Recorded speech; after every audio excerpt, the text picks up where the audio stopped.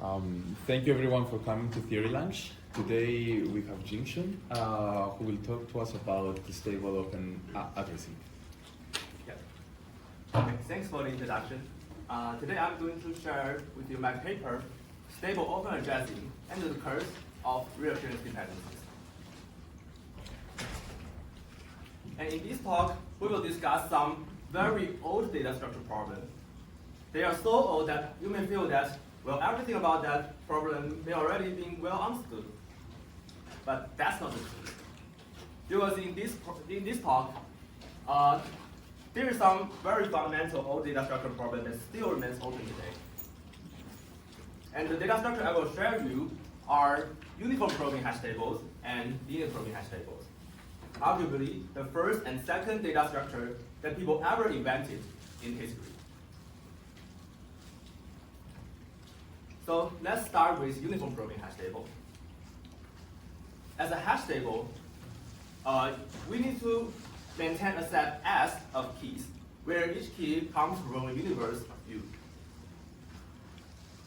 And inside our uniform probing hash table, there is an array of n slots. And we need to assign each key to one of the slots to store it there. And each slot can contain at most one key. As its name suggests, in uniform probing hash table, we kind of want to assign keys to slots in a uniformly random way. And more specifically, when we insert an element into the hash table, we will kind of examine all the slots in a random order until we find the first slot that's empty, and we will just place X there. So in this example, when we insert key X, we first try the first random probe, that is occupied. So we try the second random slot that's also occupied, and we find the third empty slot. We realize that it's empty, and we just insert X there. So that's the insertion algorithm for uniform probing hash table. And in this problem, in this talk, we assume that we have free access to perfect randomness. That says, we have a sequence of hash functions h1, h2 through hn, such that for any given key x, by the randomness of the hash functions, the sequence h1x through hnx forms a uniformly random permutation over n slots. And that sequence is called the probe sequence of x. That's specifying the order of probing when inserting a key x. So that's the insertion for uniform probing hash table. And based on that, you can easily imagine what's the query algorithm here. That is, when querying on a key x, we want to determine whether x is present in the hash table or not. We just simply follow the probe sequence of x, examine the slots one by one, until we find the first slot that is either containing x. In that case, we know that x is present, and we just return yes. Or we find a slot that is purely empty. In that case, we know that x cannot be present in the hash table, and we return false. So that's the query algorithm for uniform probing. So far, everything is clean and clear. But when it comes to deletion, something slightly subtle will happen. So you may learn from textbook that to implement the deletion in a uniform probing hash table, we need to use a technique called tombstone. So that basically says that when we remove a key from the hash table, we cannot simply remove it. We need to put a special mark in the slot that originally contained this deleted key. And this special mark is called tombstone. And our insertions and queries will treat this tombstone differently. So insertion algorithm will treat tombstone as an empty slot. So that says, if during an insertion we probe a tombstone, we will just insert key x into the slot with tombstone and keep the tombstone away. But on the other hand, queries will treat tombstone as existing keys. So that says if during a query algorithm we probe tombstone, we cannot just terminate and say that, okay, we find a slot without any key, so the key we are querying is not present. That's not true. We need to think this tombstone as an existing key and keep probing until we find the key X that we really want to query. In that case, X is present. Or until we find a really empty slot without any key or any tombstone. In that case, we can declare X is not present. So that's the tombstone. And that successfully makes the uniform probing hash table correct for the insertions and queries. But it will also bring us another issue. That is, during the operations, tombstone may accumulate and making the query slow. So more specifically, in a uniform probing hash table, we typically need to carefully maintain that there is a constant fraction of empty slot to making sure that our insertions and queries are efficient. But along a long operation sequence, it might be possible that the tombstone gradually replaces those empty slots. And the remaining real empty slots in the system may go below then a constant fraction of n. In that case, our query will be slow. And in the textbook, there's also a way to deal with this issue, that is periodical rebuilding. So we will periodically rebuild the entire hash table, removing all the keys and insert them back to the hash table to free up our tombstones, avoid them to accumulate and let the queries to be slow. So that's the uniform probing hash table in textbook. Yeah, so far it's actually clear to everyone.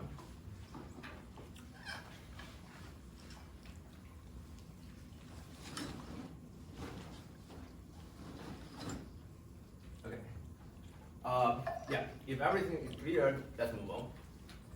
So yeah, now we can see tombstone plus periodical rebuilding provides us some theoretically solid construction of uniform probing hash table with constant operation time. But I would say rebuilding is often not an ideal operation in practice. Like by doing rebuilding, we break some important property for uniform probing hash table that people really want them in practice. And I will explain this in detail in a minute.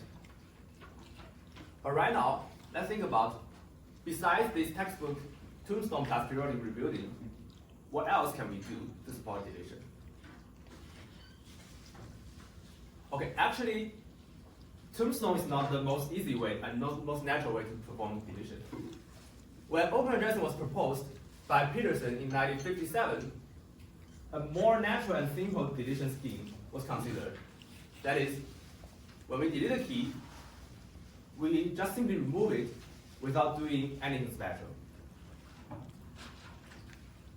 Okay, that might be a little confusing because I just mentioned that without using tombstone, maybe we just cannot support queries correctly. Imagine that now we are performing a query over a hash table without any tombstone.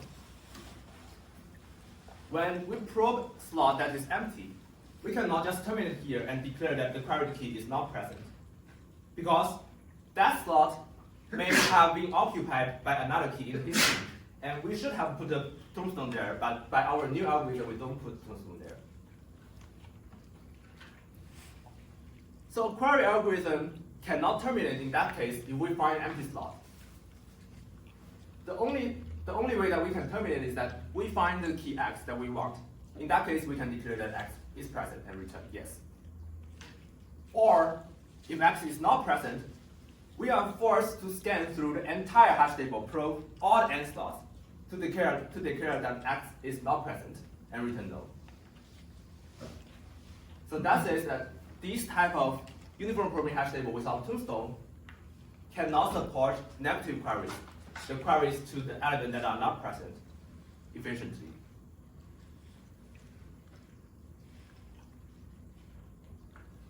But that's not a big issue to Peterson, because from Peterson's perspective, when he defined such a hash table, in his use case, don't care about any negative queries or even membership queries.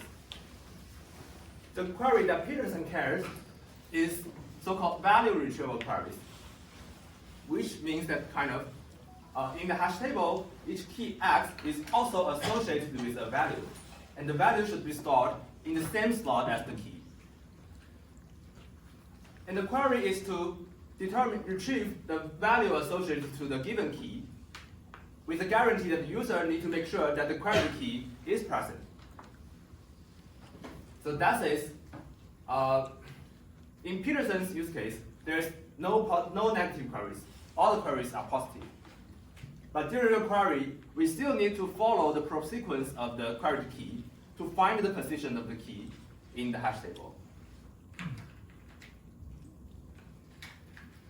We will mainly adopt this convention in this talk, but if you really care about supporting membership queries, in particular negative queries, I promise you that, well, there's a lot of other techniques instead of using tombstone and periodic rebuilding that allow us to maintain some other metadata besides this uniform probing hash table without tombstone to still support all type of positive queries or negative queries efficiently. So such a hash scheme without tombstone has a con. That is, it cannot support negative queries efficiently a priori, but trust me, that's not a big issue.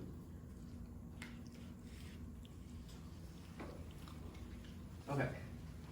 And as a trait, without using tombstone and periodic rebuilding, as I mentioned, such a hash table will have a very good property that people care a lot in practice. That is, such a hash table is stable.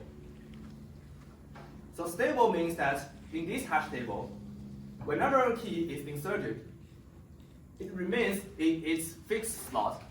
It never moves around until it's deleted at some point. So it's easily checked that a hash table with periodical rebuilding is not stable because rebuilding will typically move elements around between the slots.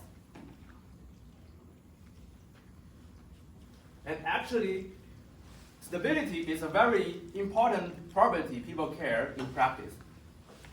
For example, if a hash table is stable, then one thing we can do is that when the user inserts a key to the hash table, the user can simply hold the pointer to the position of the inserted key, such that when the user wants to retrieve that key in the future, they can just follow the pointer, directly jump to the position of the inserted key instead of interacting with hash table interface.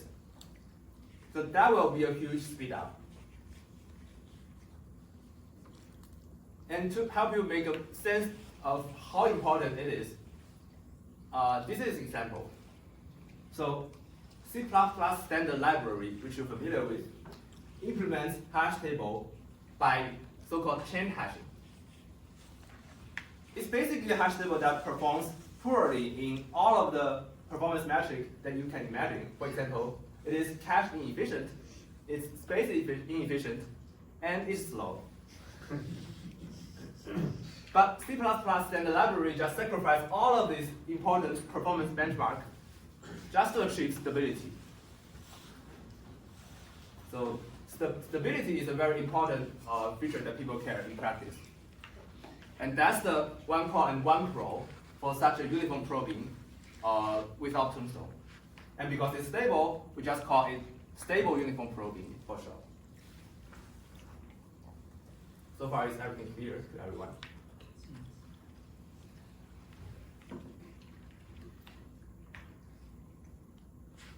Okay. If that's clear, let's move on. So I list one con and one pro for stable uniform probing hash table. But there is another very obvious pro, that is, such a stable uniform probing hash table is really simple to describe. So now the deletion operation just simply remove an element without doing anything special. So maybe it's arguably the simplest randomized data structure you may see. Okay, the algorithm is so simple, then you'd think that analysis of it should also be simple too, right? Well, that's my first impression. When I saw this problem, when I saw stable uniform probing at the first time, I feel strongly like the following theorem should be easy to prove. That is, well, suppose the hash table is never filled up to 1 minus epsilon fractional 4, where I call 1 minus epsilon the load factor of the hash table. Then expected insertion time in this stable uniform probing should be bounded by order of epsilon inverse. And my reason is the following three-line proof. That says that, okay, consider the moment that the key x is inserted. And because I say that the load factor of the hash table is at most 1 minus epsilon, so we know there is absolute fraction of empty slot in the hash table. And we also know that hix is a uniformly random hash. So that means hix hits an empty slot with probability epsilon. And you may easily calculate that the expected number of probes we need is order of epsilon inverse. Okay. Does anyone capture any mistake in this three-line proof? It looks correct to me. Does anyone have a try? Maybe because the probability that it's epsilon full depends on your previous insertions. So maybe the distributions are dependent. Yeah, that's a very good point. That's a point that is often missed by people. So the second line here is not true. And the reason for it's not true is that, well, when I say the second line, I kind of make an implicit assumption that hix, that's a uniformly random probe, is independent to the current set of empty slots. But that's not true because x may have been previously inserted. And the previous insertion of x may already permanently affect the distribution of the empty slot, making them dependent to the hashes of x. That might be a little bit abstract. Let's look at a specific example. So it's okay without reinsertions? It's okay without reinsertions. Good point. Okay, so yeah. As an example, imagine that we have an empty table and we perform the following sequence over this table. We first insert x and insert all other bunch of keys up to load factor 1 minus epsilon and delete x. And now we have a configuration of our hash table, and I ask you, what's the probability for now h1x hitting an empty slot? 100%. Yeah, exactly. So you can see, in this example, because we previously inserted x, that insertion affects the position of the blue dots, making all of the blue dots unable to touch this h1x. That makes, in end, when we consider h1x, that can hit an empty slot with probability 1. So that's one type of dependency between hix and the current empty slots. And we call such a dependency reappearance dependency because they are caused by reinsertions of a given key. And with this reappearance dependency, now you know that the three-line proof here is not true. At least in this example, the reappearance dependency is only helping us. What's an example where, where it hurts per se? Exactly. Oh, that's a very good question. You just predict what I'm going to say. If you look at this really carefully, you may realize that in this example, reappearance dependency is good for us. Well, actually, people have been aware about reappearance dependency for many decades and have examined a lot of different operation sequences. And typically, people realize that reappearance dependency, well, it's either just very weak that doesn't affect the performance of our hash table, or it's just good for us. So people mainly just think reappearance dependency as some technical issue, So the existence of such a dependency make all the known techniques like this three-line proof to analyzing uniform probing to be failed. But people don't think that's a big issue to affect the result itself. Okay, that's a very good point. Okay. Oh, I remember someone earlier claimed that this is easy to analyze. Oh, it was me. That's not. Okay. So now we know that the theorem I claimed previously is actually a conjecture. And moreover, if we ignore the dependency between the load vector epsilon with the running time, we ignore the epsilon inverse dependency, but just consider a weaker version where we assume the hash table has load factor 1 minus omega 1 and want to show that the expected insertion time is order of 1. This is still a conjecture. And as I mentioned, people have proposed this conjecture for several decades, but we don't know how to prove it. And people feel very strong that reappearance dependency is just some technical issue that breaks all the known techniques, but we don't know how to deal with it.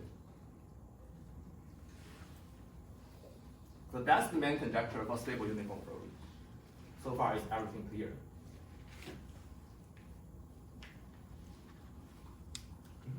Does it matter much that the hash functions form a permutation, or it's okay? It's more or less the same problem. It doesn't matter, because if that's not the permutation but independent ID choice, then like the permutation case is just a subsequence of that, and you can make the same claim for the ID choice, and the result basically are just the same. Okay, so that's the main conjecture for stable uniform probing, and we can also do the same thing for linear probing. So linear probing is another very classical hash table design, where our probe sequence is not, again, a uniformly random permutation over n slots. But instead, we will start with a uniformly random slot hx, and probe hx plus 1, plus 2, and so on. And we reach the right boundary of the slot, we will wrap around to the left boundary of the slot. And in this linear probing hash table, when we insert a key, we will just first examine the hash of this key and probes to the right consecutive slots until we find the first slot that is empty, and we will place x there. So that's linear probing. And we can also do the same thing for linear probing. That is, when we remove a key, we don't put any tombstone there and don't do any periodic rebuilding. Then we will get stable linear probing, which people also don't know how to analyze it. So conjecture 2, suppose stable linear probing has load factor always smaller than 1 minus epsilon 1 and 1 minus omega 1, and we want to show that the expected insertion time is order of 1. That's also a conjecture. And people think this conjecture is more complicated than the uniform probing one. The reason is that it's well known since 1963 that linear probing suffer from so-called primary clustering effect. So that basically says that because linear probing examines the probes locally, it is more likely for linear probing that there exists a long contiguous branch, all saturated by elements. In that case, an insertion to such a contiguous branch needs to spend a long time to travel along this sequence to find an empty slot. So more specifically, Knuth proved that in 1963 that even on insertion-only linear probing hash table, something different happens compared to uniform probing. That is, with load factor 1 minus epsilon, the expected insertion time for linear probing is epsilon to the negative 2 instead of epsilon to the negative 1. So linear probing is typically seems slower than uniform probing. So suffering from both primary clustering effect and reappearance dependency, the conjecture 2 for stable linear probing seems harder to prove.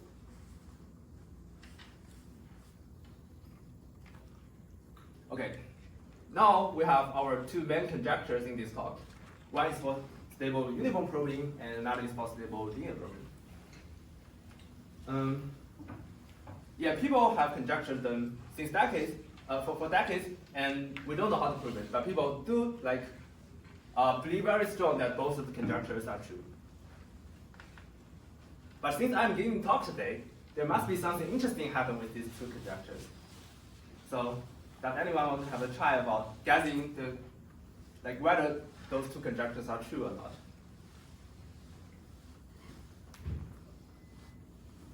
Anyone want to have a try? The first one's true, the second one's false. Okay, the first one is true, the second one is false. That's a very reasonable conjecture because people often believe that linear probing is slower than uniform probing in insertion-only case. So it's very reasonable to conjecture the first one is true and the second one is false. And anyone else want to have a try? The first conjecture is false because of your title. The first is, okay. And what about the second one? I don't know, maybe also false. Okay, all of them are false. It's also kind of a very reasonable conjecture, reasonable guess. Like I'm giving talk today, so there must be something interesting happen here. And yeah, you have seen my title. Anyone else? Any other guess?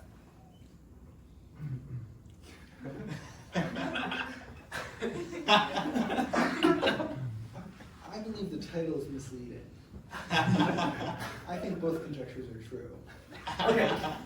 Yeah, that's also a very reasonable guess. Like you trust the previous works. I'll go with false and then true to complete the Okay. Yeah, that's also a very reasonable guess because like I'm giving a talk, so maybe there's like something very counterintuitive happening. Okay. Then now I will review the answer. Yeah, the first one is false and the second one is true. A very surprising result. So, for the first one, we can show that, well, our theory is that we can construct an operation sequence of length n to the 1 plus little 1, such that it keeps the load factor of the hash table always below 1 minus omega 1, but we will have an expected amortized operation time at least 2 to the log of 0.99n in stable uniform probing hash table. So our rounding time is quasi-polynomial in n. That's definitely much larger than any constant that we want. And here I want to emphasize that the operational sequence is determined by an oblivious adversary who doesn't know the hashes of the keys. So by just writing down a sequence of names of insertions and deletion without knowing the specific hash of these keys, you can just control that with this sequence of length n to the 1 plus little 1, your hash table is completely running very slowly. And moreover, if we allow a longer operational sequence, this bound can even be improved to a small polynomial in n to the omega 1. That's extremely slow. But surprisingly, for the second conjecture, it is true. Although linear probing is slower than uniform probing in insertion-only case, the stable linear probing can still run in constant time. And as I promised, there is some other technique that we can use. We can store some metadata outside of the stable linear probing, such that it not only supports positive queries efficiently, but all types of queries include negative queries, all in constant expected time. So that's our three main results. Is that clear to everyone? Yep. For theorem 1, if you use tombstones, what's the, do you still have to have this slow, are there still operation sequences like this, or is some fast expected operation time So possible? let me try to Yeah. restate your question. Yeah. So you're asking by the same sequence that we construct in theorem one. Not if necessarily we- the same sequence, just like, is uniform probing with allowing tombstones also slow? Oh no. So you're asking about like the textbook uniform probing with tombstones. Is that like kind of efficient or also like super constant time? Yeah, that's efficient. Yeah, okay. Like So this is somehow, getting rid of tombstones was actually bad. yeah, getting out of tombstones, like in particular without periodic rebuilding, is very bad. Right, that begs another question. If you periodically rebuild, just because, even if there are no tombstones, then is it fine? Yeah, then it's fine. Is it possible that like each insertion runs in constant time with high probability? Each insertion runs in constant time with high probability. You mean with high probability in n? Yeah, like That will not be true. I guess that will be with high probability in epsilon inverse if you care about that. Because like our hash table is large and like every low probability event is just a function of epsilon inverse. So like if the hash table is large enough, you can observe some rare like bad event. Like that's kind of reasonable. but it's consistent with theorem one that like it could be. I'm claiming that amortized expected operational time is large. Yeah. Oh, you mean? Also, sorry, like maybe I misunderstood your question previously, but like let me clarify that. Yeah. So, yeah, so with periodical rebuilding, kind of we can say that each insertion, each operation, like has a constant expected time and like high probability in epsilon inverse guarantee. But if we consider amortized expected operation, like average over all the operations, then definitely you can say that the like expected operation time is high probability constant, because you kind of have a turn-off bound like over the operations. But here our theorem one says that even the amortized expected operation time is large. Okay, I guess I'm just saying, couldn't it be like some function f of epsilon such that an insertion takes time at most f of epsilon except with probability 1 over log star n? The question, Jingxun, is it possible that even though the expected operation time is big, maybe the most likely outcome is that it's small? So like No. Okay, yeah, okay. So kind of we can say that with a super high probability, like we can, you will see that in a minute that like with a super high probability, 1 minus something tiny, that we can have a sequence of operation such that after that we can repeat insert and delete one key, and each insertion will just give you this amount of insertion time. How low can you keep the load factor and make theorem one true? Like how big of a? Well, that's a good question. We didn't optimize that a lot. So in our paper, if you just read that, it will be 1 minus 10 to the negative 100, or even like well, more weird constant. So I really don't know like what's the optimal constant we can get.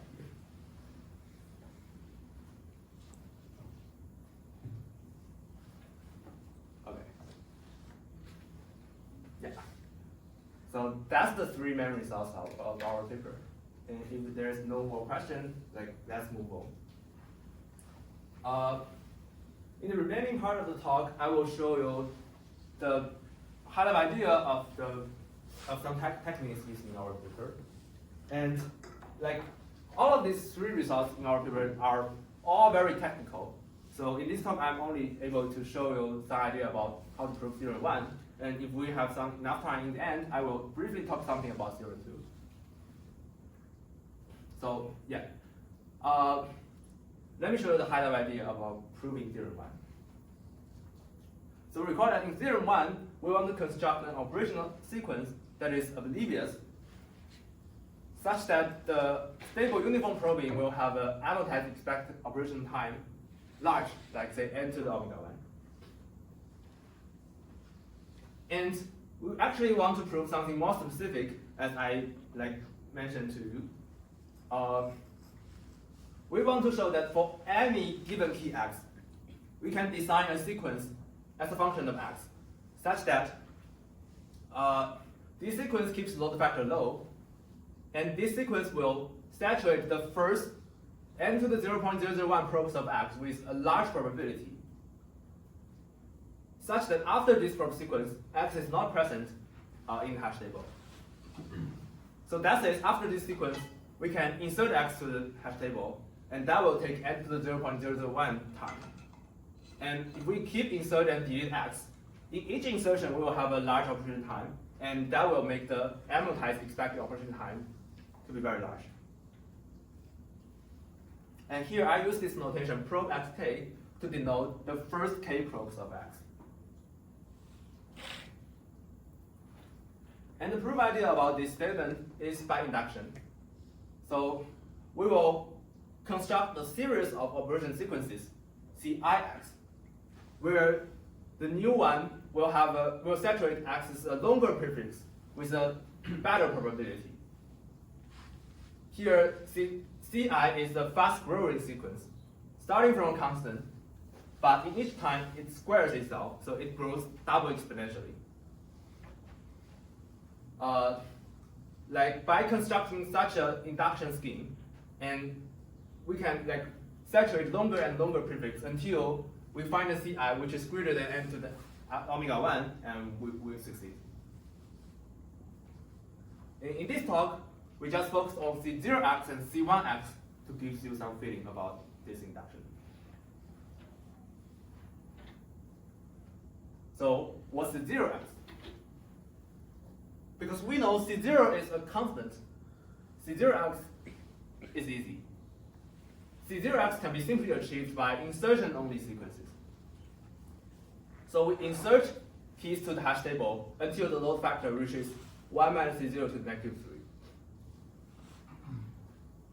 Because it's an insertion-only sequence, there's no reappearance dependency. So the previous 3-line naive proof will work in such a case. And we can show that expected probe complexity of the key x can be C0 to the 3. And if we do this calculation more carefully, we can show that the probability for x's first C0 probe to be saturated is high. It's 1 minus C0 inverse. That will complete the base case C0x.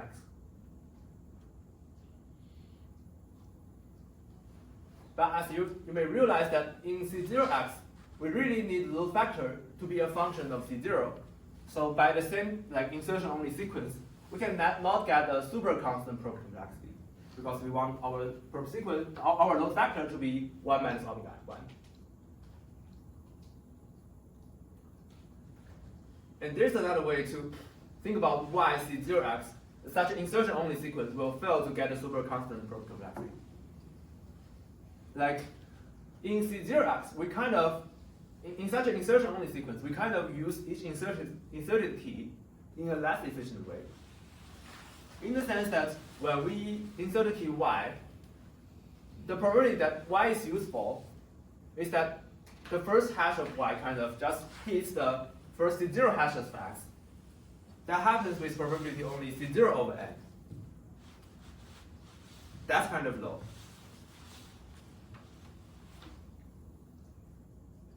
So naturally, the idea to get a subroutine operation sequence C1x is to design a subroutine that allows us to make use of each inserted y in a more efficient way.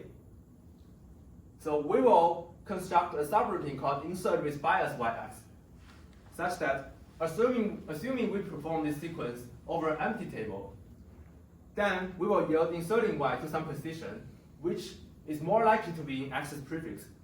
Like y enters x first C0 probe with a probability C0 squared over n rather than C0 over n. And here, omega has absolute constant, and C0 can be a constant that tends to infinity that can be arbitrarily large. Okay. Yeah, that's the main subroutine we want to achieve. And let me give you some feeling about why our wanted probability is C0 squared over n. So roughly speaking, in previous insertion-only scheme, a key y is useful if and only if the first hash of y drops into the first C0 probes of x. But our subroutine kind of will give y C0 different choice. We will kind of achieve the following logic effect. That is, if one of the probes in y's first C0 probes enters the first C0 probes of x, then we can, by an oblivious sequence, in the end, making sure that y just goes to the intersection with a constant probability. If that's achieved, then we get C0 squared over n probability in that insert with bias like subroutine. And for simplicity, in the remaining of this talk, we just think those prefixes of probe sequence intersect at exactly one slot, which is called P. Okay, so far is everything clear? So to be clear, you're not allowed to see, like when you insert an element y, you're not allowed to see like how long that y took to get inserted? Yeah. The sequence, the operation sequence is purely oblivious and should be determined before the operation sequence starts to run. So you are not allowed to adapt your sequence depending on like how each insertion behaves. So yeah, I'm describing the logic like effect of such an operation sequence, but it should be implemented by achieved by an oblivious operation sequence.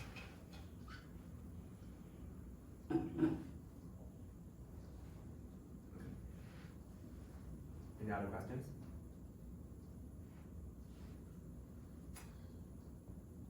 Okay. If no, let's look at how to construct such a subroutine. Such a subroutine insert with bias will be constructed in the following way. So there are like three main building blocks. In the end, in the beginning, the initialization building block will kind of insert y to somewhere deep in its probe sequence. And after that, we will have a loop for C0 rounds. And at the beginning of each round, we have the guarantee that in the hash table, the only key there is y, and all other slots are empty. And kind of we want to gradually move y around in the hash table in different rounds, such that in the end, y will go to p. And more specifically, in each round, in the step 1, we will kind of insert x to some uniformly random slot in the first C0 probes of x. And if x is not like accidentally dropped to p, then in the second step, we kind of want to just simply remove x without doing anything else. Keep y's position unchanged. But I can then, in step 1, we kind of want to insert x uniformly random to the first C0 probes of it, and we have C0 rounds. So with a constant probability, at some of the round, x accidentally just goes to p. In that round, our step 2 will try to let y to replace the position of x, kick x away. And after that, in the future rounds, because in step 1, now x cannot further go to position p because p is already occupied. So our step 2 in the future will just simply remove x without changing the position of y. So if every building block here can achieve the logic effect I just described, then after performing this operation sequence, we can make sure that in the end, y is at p with probability omega y. Does that make sense? What's the significance of inserting y deeply? So if we don't insert y deeply, but kind of imagine that if y initially is at some early position in its probe sequence, then our step 2 are so that's kind of just like depends on our construction for step 2. So our step 2 really achieves that if y is at somewhere deeper than p, and when x is at p, then we can let y to replace position of x. But if y starts at something shallower than the p, then we are not we cannot achieve the functionality step 2. And what if it so happens that even though y is deep enough, but it's still really close to p, or above it, if we imagine that? You Is mean that possible? You mean y is deeper than p or shallower than p? Shallower than p. We don't allow y at any moment go shallower than p. Oh, that's not. Yeah. I guess given this is oblivious, how are we checking if x is in slot p? Yeah. Yeah, that's a very good point that I will kind of describe in a minute. But so yeah, that's the difficult part. Kind of our oblivious sequence cannot check the logical thing that whether x is in p or not. So that's the hard part to design such a building block. So any other questions?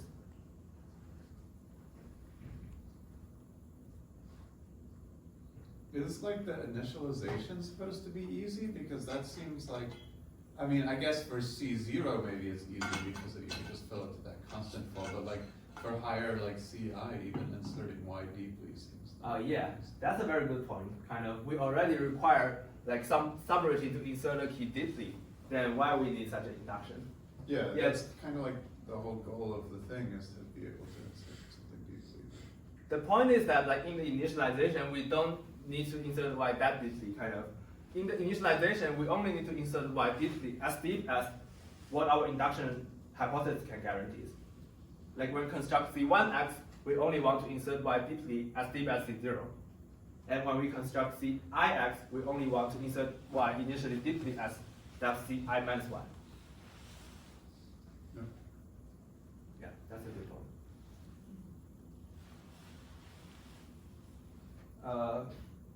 Yeah, if everything's clear right now, let's look at how to achieve those building blocks.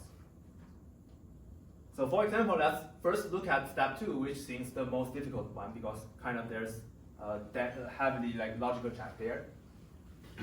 So for example, imagine that in the beginning, x is in the intersection and y is not. And we just want to, by performing some sequence, let y to go to the intersection. And the idea is called prefill and undo. That is if we can fill all the slots that we don't want y to go ahead, then we're already very close to succeed. So here, in this example, we just want y to either keep its position or go to p. But we don't want y to go to any slot that is in y's first C0 probe but not p.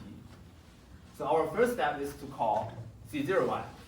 That will just fill up those unimportant slots that we don't want y to go.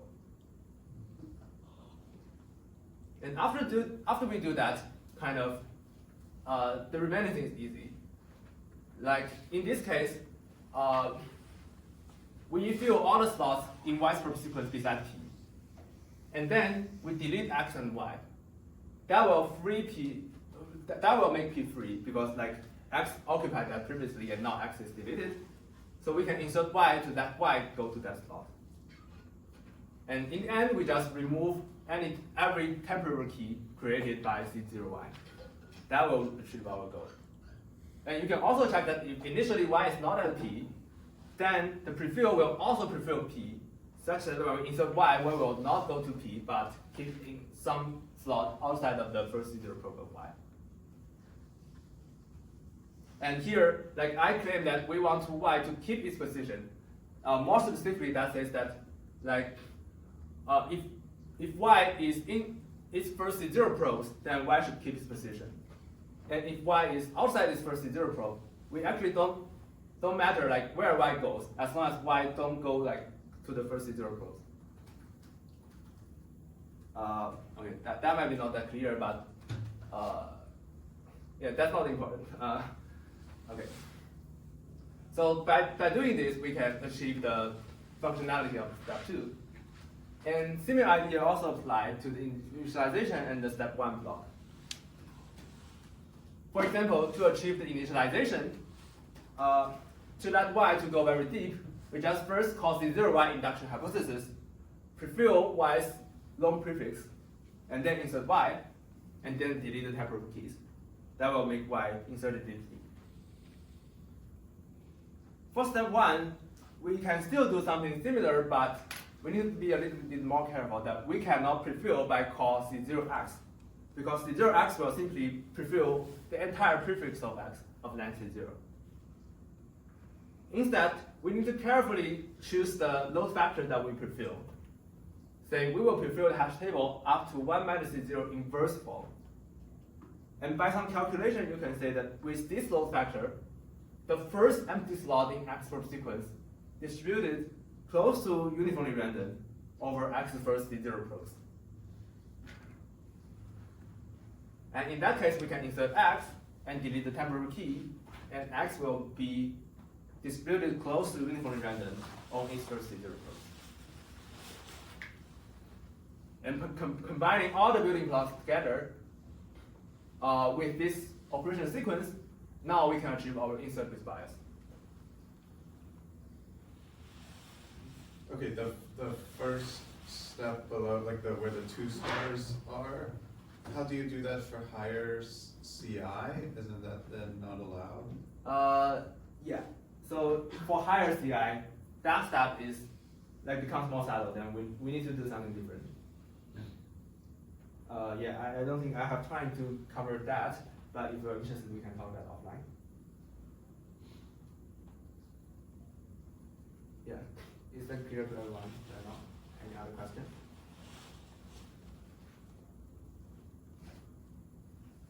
So how does this help us with the actual subroutine? Actual subtlety? What is it? Can you repeat that again? Oh, never mind. I imagine you'll just answer this in the next slide. Okay. Yeah. So then, let's move on to complete construction of CYX. So now we have a subroutine to insert y, kind of bias to x prefix.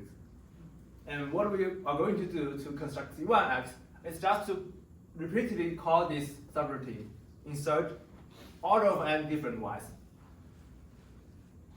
By doing so, we can saturate the longer prefix of x.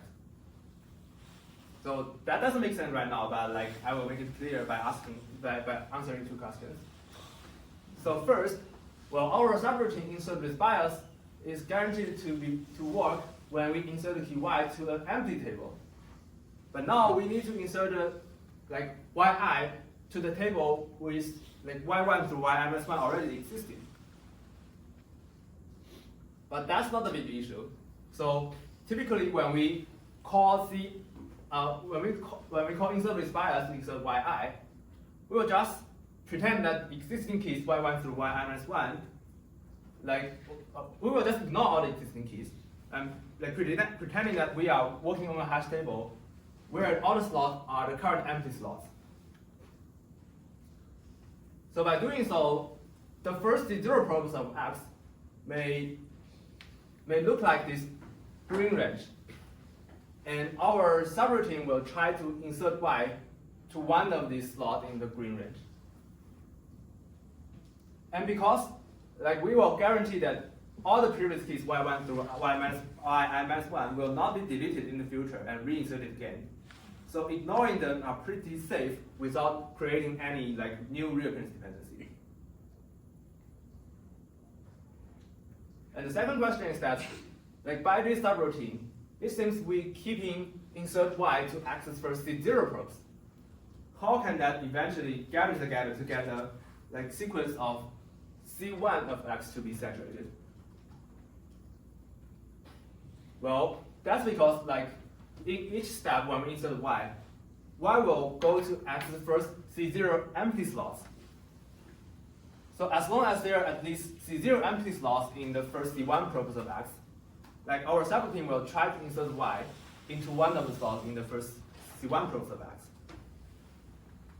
And we know there are a lot of y's in expectation that triggers the success probability of C0 squared over n.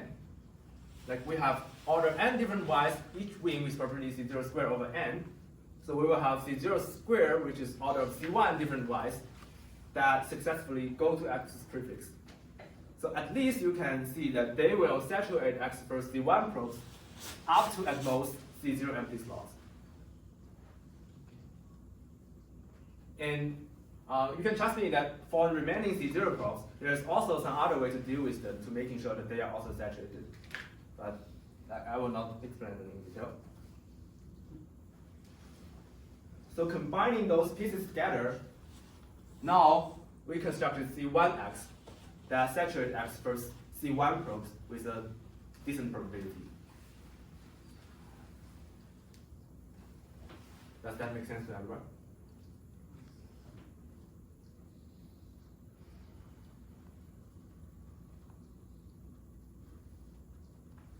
Okay. Oh, yeah. Maybe I will pause here for several seconds again.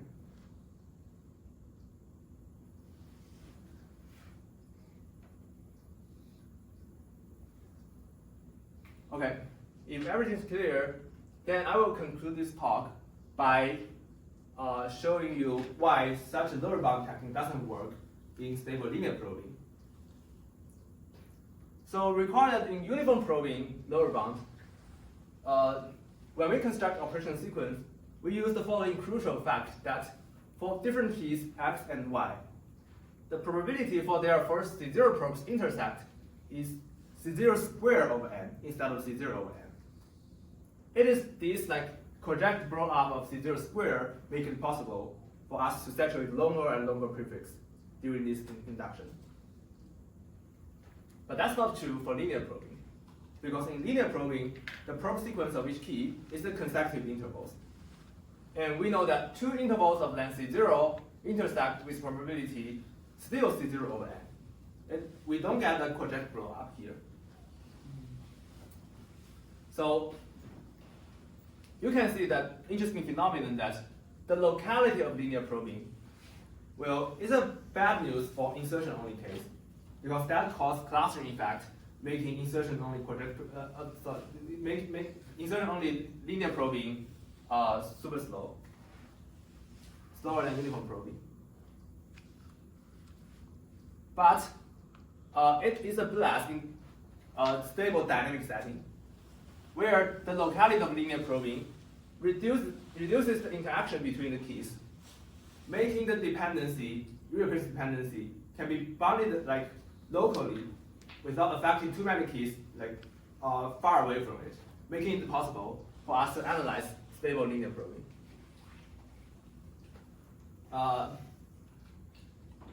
Yeah, so that's why such a lower bound argument doesn't work for linear probing, and our upper bound is also kind of capturing this type of locality to prove it.